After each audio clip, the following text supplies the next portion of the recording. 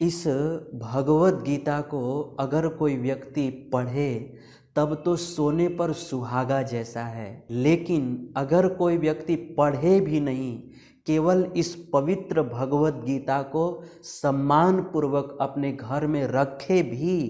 तो भी उसे महान लाभ की प्राप्ति होती है। भगवान वेद व्यास जी कहते हैं कि अगर कोई व्यक्ति अपने घर में इस पवित्र भगवत गीता को रखता है तो उसके घर में समस्त तीर्थों का वास होता है, समस्त पवित्र नदियों का वास होता है, यहाँ तक साक्षात भगवान का वास होता है। इतना ही नहीं, यह गीता जहाँ पर होती है वहाँ पर कभी भूत, प्रेत, पिशाच, चुड़ैल इत्यादि आसुरी शक्तियाँ जो है वहाँ पर कभी प्रवेश नहीं करती हैं। जैसे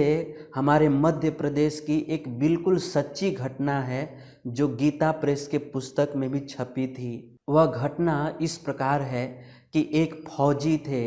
वे एक दिन चने के दुकान से चना खरीदकर और अपने घर वापस जा रहे थे। रास्ते में जंगल पड़ा और एक चुड़ैल ने उस फौजी को घेर लिया और वह अपने डरावनी आवाज़ में उनसे कहने लगी कि अब जो है मैं तेरा खून पी जाऊंगी, मैं तुझे चबा जाऊंगी, खा जाऊंगी, तुझे मार डालूंगी। यह डरावनी आवाज़ को सुनकर फौज थोड़े डर से गए और वे चिल्ला करके बोले कि जब तू मेरा खून पी ही जाएगी, चबा ही जाएगी तो चबा जाना,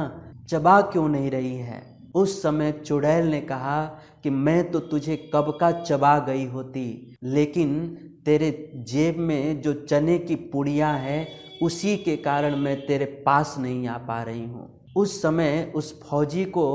विचार आया कि चने की पुड़ियाँ में ऐसा है क्या जिसके कारण ये चुड़ैल मेरे पास नहीं आ पा रही है। तो उन्होंने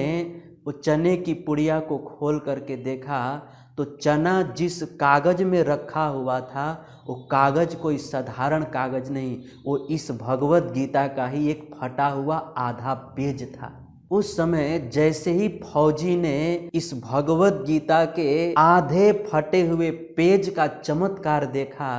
कि चुड़ैल मेरे पास खड़ी है परंतु पास नहीं आ पा रही है, तो वे उस गीता के फटे हुए पेज को अपने हृदय से लगा लिए और उस फटे हुए पेज पर जो श्लोक अंकित था उसका बारंबार उच्चारण करने लगे और उच्चारण करने से वह चुड़ैल जो है तुरंत वहाँ से भाग गई और फौजी अपने घर चले गए। प्रसंग बड़ा है, कहने का भाव यह है कि आप विचार कीजिए, इस गीता का आधा फटा हुआ पेज उस फौजी के पास था तो चुड़ैल उनके पास नहीं जा पा रही थी, फिर यह पूरी भगवत गीता जहाँ पर होगी वहाँ पर आसुरी शक्तियाँ कैसे प्रवेश कर पाएंगी।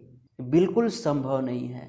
इसीलिए हम इस भगवत गीता को पढ़ें ये तो बहुत अति उत्तम बात है, लेकिन न पढ़ें तो भी इस पवित्र गीता को अपने घर में जरूर रखना चाहिए और समय मिले तो इसे पढ़ना भी चाहिए और भक्तों के मुख से सुनना भी चाहिए।